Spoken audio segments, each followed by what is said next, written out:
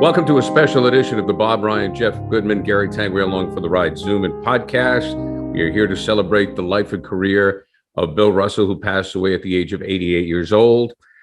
Personally, for me, I will just say that, in my opinion, he is the greatest winner of all time.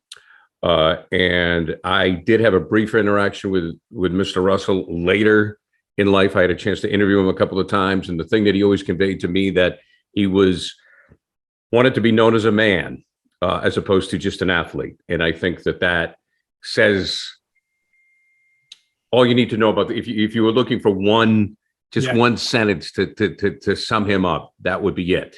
That's all I have to say. Now let's go to Bob Ryan. And Bob, of course, when did you start covering the Celtics, and when did you first meet Russ?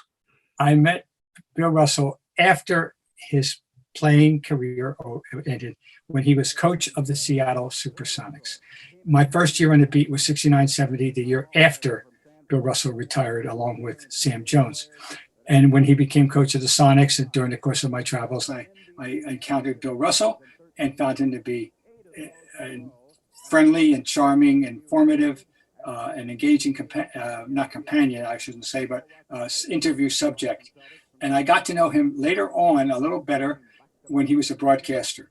And those days in the 80s is when I would interact a little more in various places with Bill Russell. Never to consider myself a friend. We can get into this with how Bill Russell defined friendship. But I was in the circle of acquaintances with whom he was compatible. And it was a very nice place to be. There are two ways to look at Bill Russell. And let's start with the off the field first. Bill Russell is a great American. He was given the Congressional Medal of Freedom by President Obama, and he deserved that, and long before Barack Obama became president of the United States, because he's one of the great Americans of the 20th and 21st century. Way above his athletic prowess, right? Bill Russell was a civil rights advocate and an advocate for human dignity and freedom. And the line that I would, where I privileged to put the coda on his tombstone, I would put the quote that Bill Russell used frequently, which is, "My citizenship is not a gift, it is a birthright." And by that he meant, I do not need to have my privileges conferred to me by white America. I don't need that. I shouldn't have to have that. Because when I was born in America, in Monroe, Louisiana, in 1934 or 5, whatever it was, I was an American, and that's the way it should be. Well, we all know the reality, but that's the way he thought. Well, and just your colleague Gary Washburn, I thought, had a great quote in the article he wrote tonight. He said, Bill, quote, "didn't give America a break for being slow to accept and embrace diversity and civil rights." And I thought that was very appropriate. It dovetails with what you're saying. Exactly. No, I yield to any personally friendly Black American, which Gary is for me, or anybody that I don't know, and giving them the right to comment on Bill Russell and his place in American society and how he acted before I do. I'm speaking as a elderly white American who happened to have his acquaintance at times and who has observed the arc of his career. So thank you, Gary. I think that does augment what I just said, and that Bill Russell was in control of his life. Yes. And I think he backhanded racism. He was subjected to it.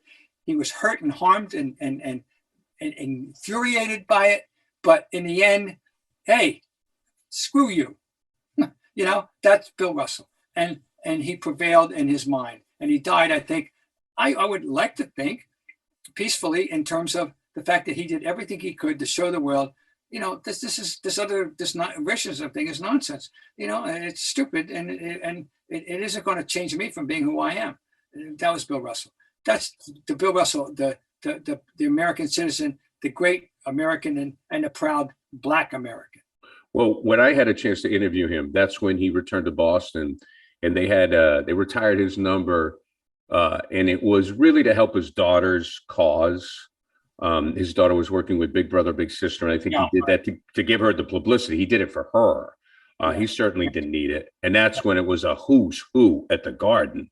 Oh, Wilt was there. I mean, everybody was there. And I interviewed him. And he also said at the end, he said, I am my father's son. yes. Which to me, he just wanted to be, he was more than a basketball player. Oh. And he did not want to be known as just a basketball player. He was a proud man. But without question, that was, his career ended in 1969 when he was 35 going on 36 or whatever, 36. Right. And so that was 52 years ago, 53 years ago. So because the last game was May 5th, 1969. So he lived a complete life afterward, and he lived it in permanent and total dignity and assurance, and ASS, and the way he wanted to live it. He was in charge of his life in a way that few people are, black or white, frankly. Well, and just to give people an idea, if they're not aware of the history books, when he and Red started together, Red, a Jewish American, Russ, an African American, both victimized by anti-Semitism and racism, would go into St. Louis, Kansas City, wherever, and they had to, and the hotels were segregated. And Red, I mean, this better than me, but Red would say, "No, we're all staying together. This isn't happening."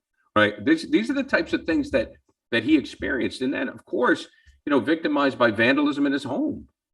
Here in Boston. Worse than anything he encountered in segregated or semi-segregated America was what he encountered in Reading, Massachusetts, when someone broke into his house and smeared feces on his wall. Yeah. And this is the world he came into in Boston when he became a rookie here in 1956 in December, when he returned from the Melbourne Olympics with a gold medal around his neck, having won 2 championships in San Francisco and a gold medal in Melbourne, and now was the prize rookie of the Boston Celtics. And he encountered a Boston that was very different.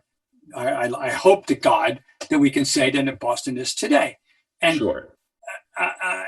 He encountered racism, there's no question. And yet, unlike some of his confreres who yielded a little more, Russell just headed head on. Right. And headed head on. And he was Charlie. He always spoke about his father, Charlie. Yes. And now remember, here's Bill Russell's background. He was born in segregationist Monroe, Louisiana. That's okay. He's 88 when he died. He was born in segregationist Monroe, Louisiana. His father was part of the Great Migration, and in the Great Migration, in his case, was to Oakland rather than the Midwest. There's many stories, history and books and great novels and stories about the Great Migration. His father was part of it, and he was part of it. So he grew up from age 8 on in Oakland and encountered whatever amount of racism was California would provide, but was certainly somewhat less stinging than what would have been available in Monroe, Louisiana. All right, but he adapted. It wasn't going to defeat him. It was never going to defeat him. He was going to give it the backhand. And I love that phrase, that description of his, which is, citizenship is not my gift. It's a birthright. And by the way, white America was not going to define the gift, any privileges they were going to give me. I already had them.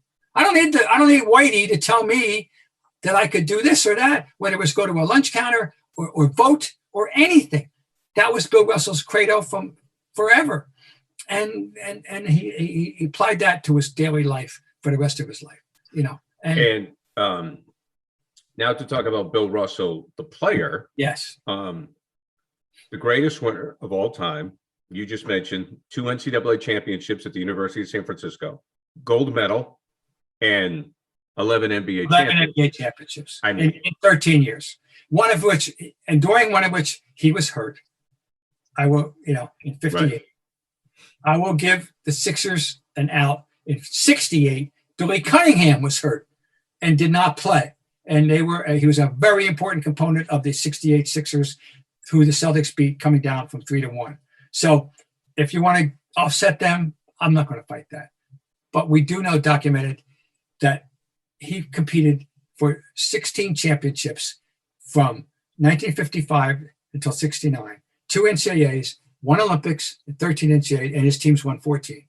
And he was a prominent player on each of those 14 teams. That's an unmatched legacy of winning in North American sport history. I know I hear about Richard, medals and all that. But he doesn't. But it doesn't. It's not 14.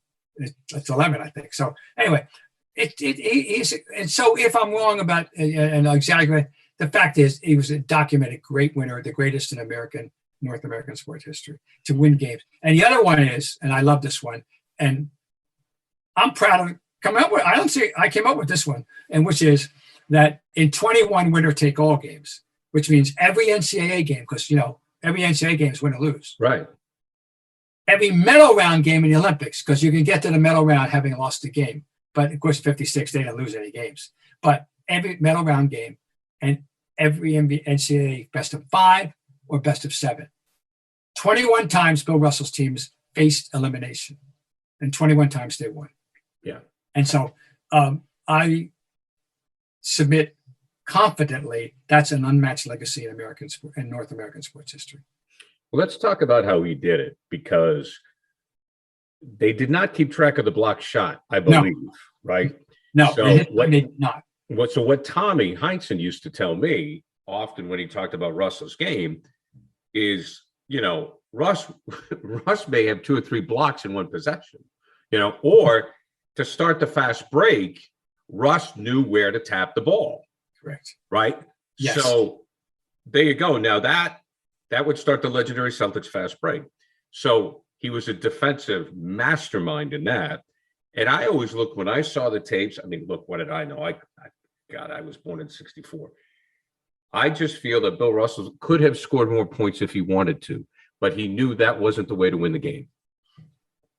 You are correct. Now let's back up. There were occasional block shots before Bill Russell. Bill Russell made it an art form. Bill Russell showed the world what the effect of block shots could be. And unlike many of the modern youngsters who are showing off and knocking it into the 10th row and therefore giving another possession to the team that he has just blocked, Bill Russell often, I won't say every time because that's not true, but more often than not, and more often than anybody today would even consider, kept the ball in play after blocking it. Tom Heinsohn used to tell me, he would pop it somehow, and then retrieve it and then start the fast break. Right. That was the goal. His goal was not to show off that I can block a shot. It was to turn it into a positive for the team, period. And he did that. And now this is where, the Twitter world goes crazy. The youngsters go crazy. They don't know. They don't get it. I know they don't, and I understand they can't. They never saw Bill Russell. They don't understand. There's nobody today with that facility, with that mentality and facility combined. Nobody. So you may have a block shot. 90% of block shots today went up out of bounds, period. And that may or may not help the possession because the team may get the ball back and score anyway. Bill Russell did not do that as a rule. He tried to keep the ball in play. He was intelligent enough, agile enough, athletically incredibly advanced enough to manipulate that block shot into a positive asset for the fast break and not just a thing to knock out of bounds to show you, oh boy, I blocked the shot. I know what I just said is going to be rejected by so many because they don't get it. You know why? Because he was sui generis. There's never been another Bill Russell. There have been a lot of wonderful big center. He was ahead of his time athletically, as he told me and others. He could he could kick the rim. Oh, yeah. And he was a quick jumper. There's 2 kinds of jumpers. Gatherers, or quick taper offers. He was the ultimate at the quick taper offer without gathering. Wilt was a gatherer. Was a quick taper offer, but didn't get that high, but he was a quick taper offer. Larry was a quick taper offer. Right. Wilt, among others, was not. Anyway, Russell was. And then it was an extraordinary, ahead of his time athleticism. Bill Russell high jumped 6'9" with no technique, in college. It's just, anyway. But he was a genius in knowing the game. That's the thing. He was a genius he really understood the game. He was a smart man. My first year on the beat was 69-70, year after he and Sam Jones retired. The Celtics are floundering at 500 team middle of the season. And John Havlicek said to me, we miss him more in offense and defense, by the way. And they ran the offense around his passing. Right. They had a thing called the 6 play. Guess what? What was Bill Russell's number? Oh, yeah. Ask anybody who was there. The 6 play. And it had a variety of options. But it started because the ball went to Bill Russell. And he went from there. Now, you made an excellent point that I must amplify about how he could have scored. I urge you and anybody that I am proud to say that the Boston Globe, as we speak, has reprinted online the story that I was able to do with Bill Russell in 1999 on the occasion of that ceremony that you alluded to at the Boston Garden, where we finally got around to honoring Bill Russell properly. And I did the preview story, sitting with Bill Russell at the Capitol Grill in Providence, Rhode Island for 3.5 hours, and him telling me every goddamn good story. And he gave me his A+ game. And what he was talking about was, I could have scored more. And I could have scored more and tried to score 20 points a game. That would have disrupted the flow and continuity of our offense. No question. And that wasn't my job. If I had to do that and with a lesser team, now he's acknowledging he was with a very good team and he was, and that was able to take care of those other matters. But if it came down to they got to throw the ball to Bill more often to score, he could have scored. He had an excellent hook shot. Yes. He had excellent inside moves. He had a little turnaround jumper, but he didn't have to do that. That wasn't his raison d'etre. That's why the most points he ever scored a season was 18. And I guess his career totals around 15, 16. But that wasn't his job. When people today they look at the numbers, they're going to look at the numbers, and I understand. That's why you need to be able to explain to them what the deal was, what the life was. But John said we miss him more in offense and defense. Right. That opened my eyes at the time. Let me tell you, So yes. Well, I've always found it frustrating when people say that he was a defensive specialist, and they allude to the fact because he wasn't good on offense. That was not the case. I mean, I can watch a million black and whites.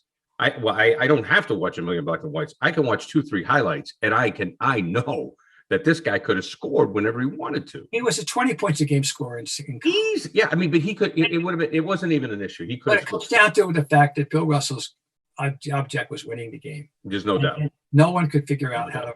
How about he and Wilt to talk about that? He and Wilt, and Wilt could never get the. Wilt won one title, right? Against him. Yes. And he won one in LA after Russ retired. Right. When they first met, Wilt was a high school kid at Kutcher's Country Club as a bellhop, playing in those night games at Kutcher's, which is all you did in those days because there was nowhere else to play summer basketball. Russell was at the peak of his career.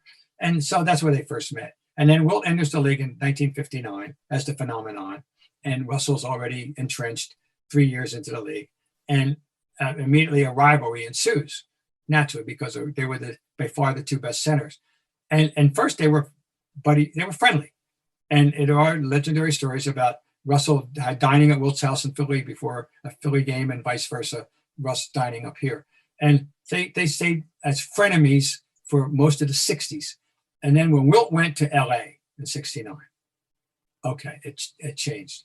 And in famous 7th game in 1969 in the Forum, when Wilt got hurt a little bit, came out of the game, and Mel Counts came in and started hitting some shots, and Butch Barbadikov, who detested Wilt, wouldn't put him back in the game. And Wilt claims he wanted to go back in, and Barbadikov wouldn't put him in. And of course, the Celtics won that game by, with the famous Nelson jump shot up and under. All right. Oh yeah. After the game, the balloons in the rafters. The balloons in the rafters. The balloon game.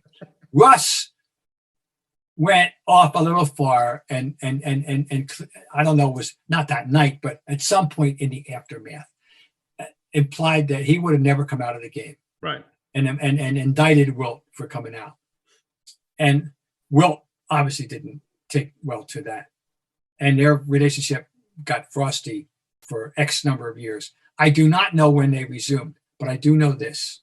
When Wilt died in 1999, at age 63, prematurely, frankly, Russell, about a month later, came to Boston, came to practice. And I went, and I was there, and I talked to him.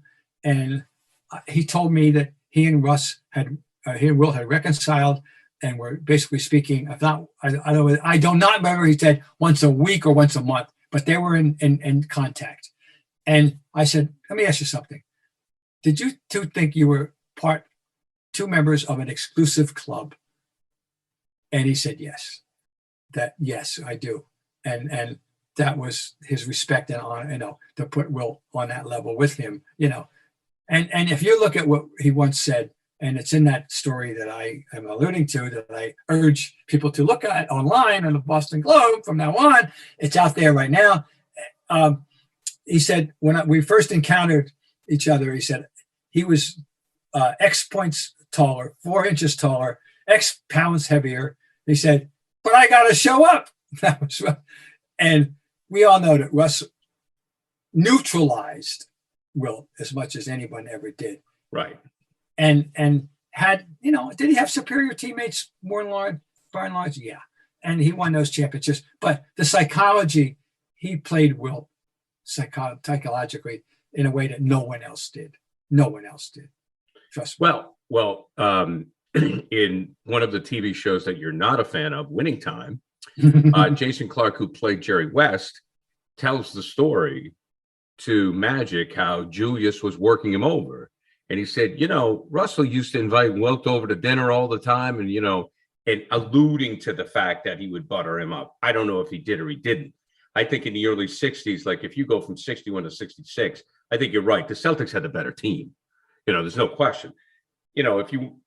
Wilt seemed to get a better roster around him with the Lakers, with Goodrich and West, and with Baylor. That was in the late 60s, right? Late 60s, early 70s. Yeah, it was 68, 69. But yeah, so that's when Russ was going out. Russell's last year. We didn't know, but it turned out to be his last year. Right. The Sixers roster in 66, 67, when they beat the Celtics in 5, was a great roster. No question about it. So that team, we give Wilt full credit. Wilt averaged 24 points, 24 rebounds, 8 assists. He altered his game.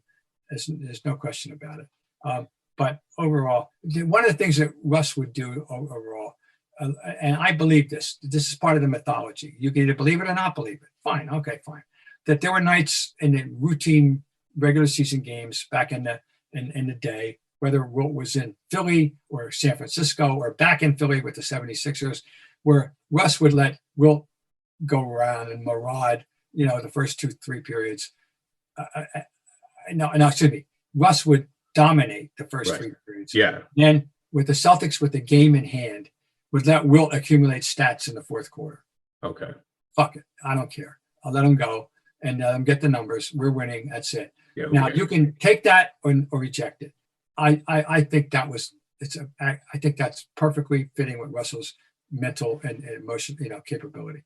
Not every night, naturally, but many nights, which helps account for Wilt's vast statistical superiority. Right. In the rivalry. Wilt, he averaged far more points, almost twice as many. Not twice as many rebounds, but definitely twice as many points. But that wasn't, as we already alluded to, wasn't Russell's role. No, it was all about the rings. But it was the greatest picture ever, which we've seen everywhere, is Russ with all the rings, the 10 fingers, 11 rings. I mean, it's everywhere, and it's one of the best. But I want to talk also, when we get back to what Russ did, is as far as lifting off, as far as dealing with racism, and being a champion. He became the first African-American coach in any sport. Well, at 60, I mean, for 2 years he was a player coach. John McLeod was actually hired by, of all people, George Steinbrenner in the American Basketball League in 1961.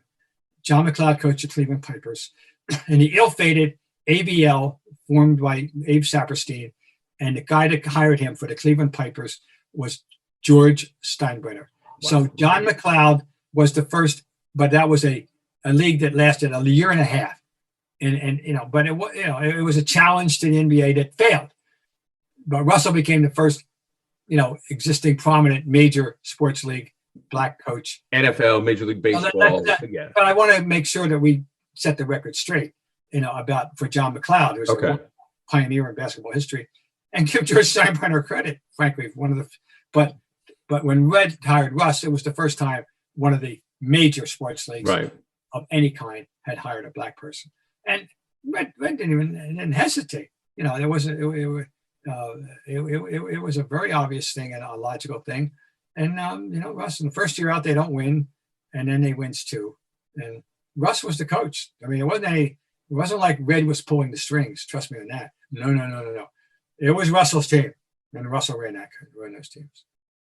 Did he have to coach that? I mean, obviously you had a presence, but they had been together, and there was sort of a Celtic way. He had a good veteran team, and they weren't good enough in '67, but they were in '68. And as I said, I'll give Philly credit for Cunningham being hurt. But you got veterans. Havlicek's coming into his prime.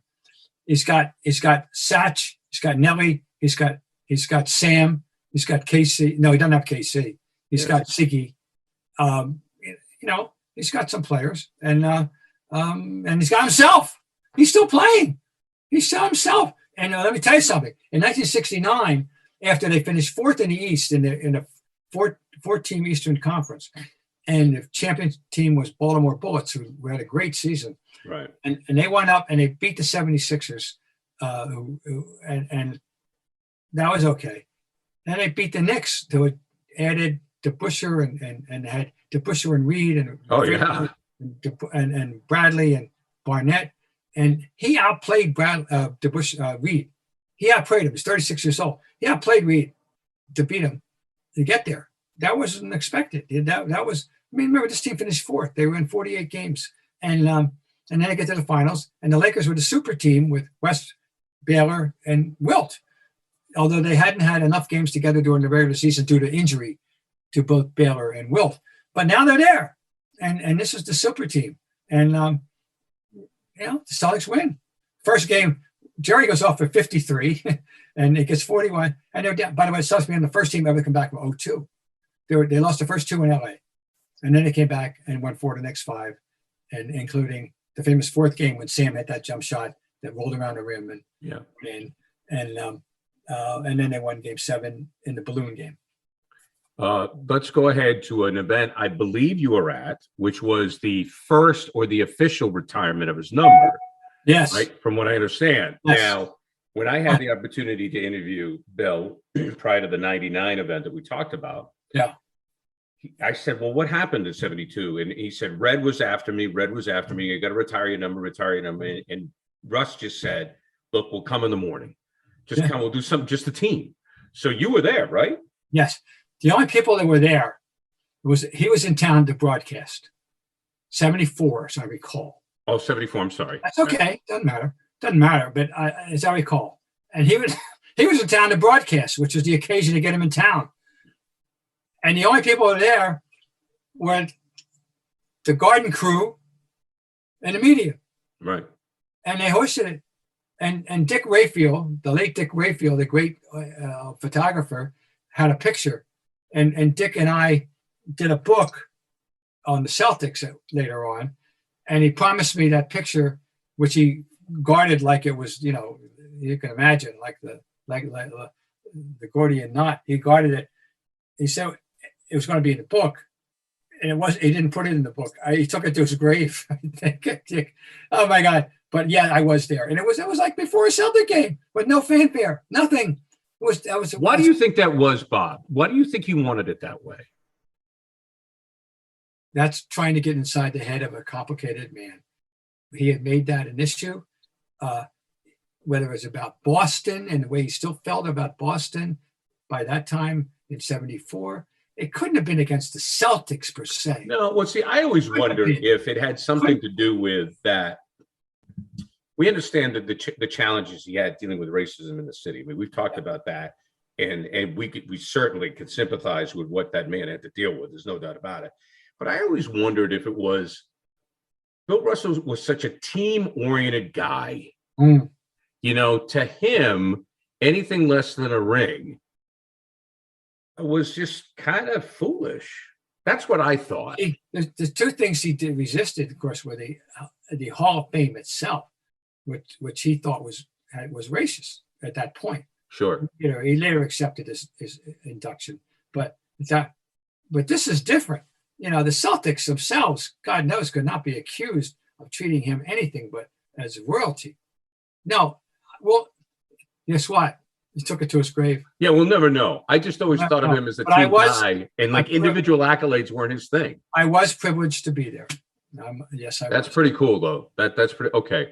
Now, I want to wrap this up. Or the next stage of his life is he was a very smart man, and he knew how to hold an audience when he chose to. He really could, boy. And I'll tell you, that AT&T commercial, the bell system, remember when he took the hook shot?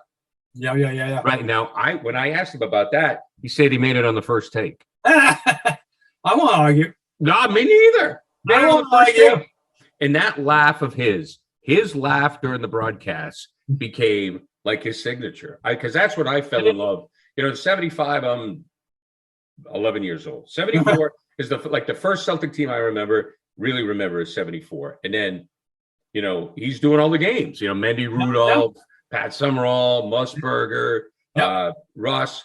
And that laugh during the game was just infectious. He was really, when he chose to be, he could really be a showman. You could not ask for a more charming person to spend an evening with than Bill Russell when he wanted to turn on that charm.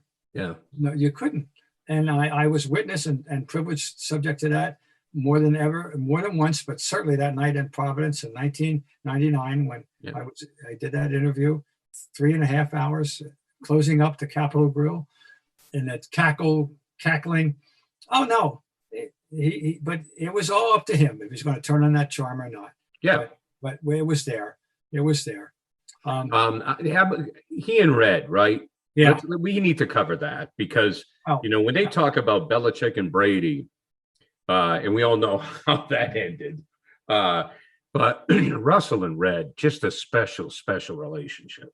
Red, when I once was unbelievably privileged to do an interview on behalf of CBS, sitting at midcourt at the Boston Garden with those two. It's out there somewhere, you know. And he made it categorically clear that he never would have been the player that he became in the NBA if he hadn't played for Red. That Red appreciated what he had to offer and how to get the best out of him. That he could never have, no ways win 11 championships anywhere else, ever. He made that clear.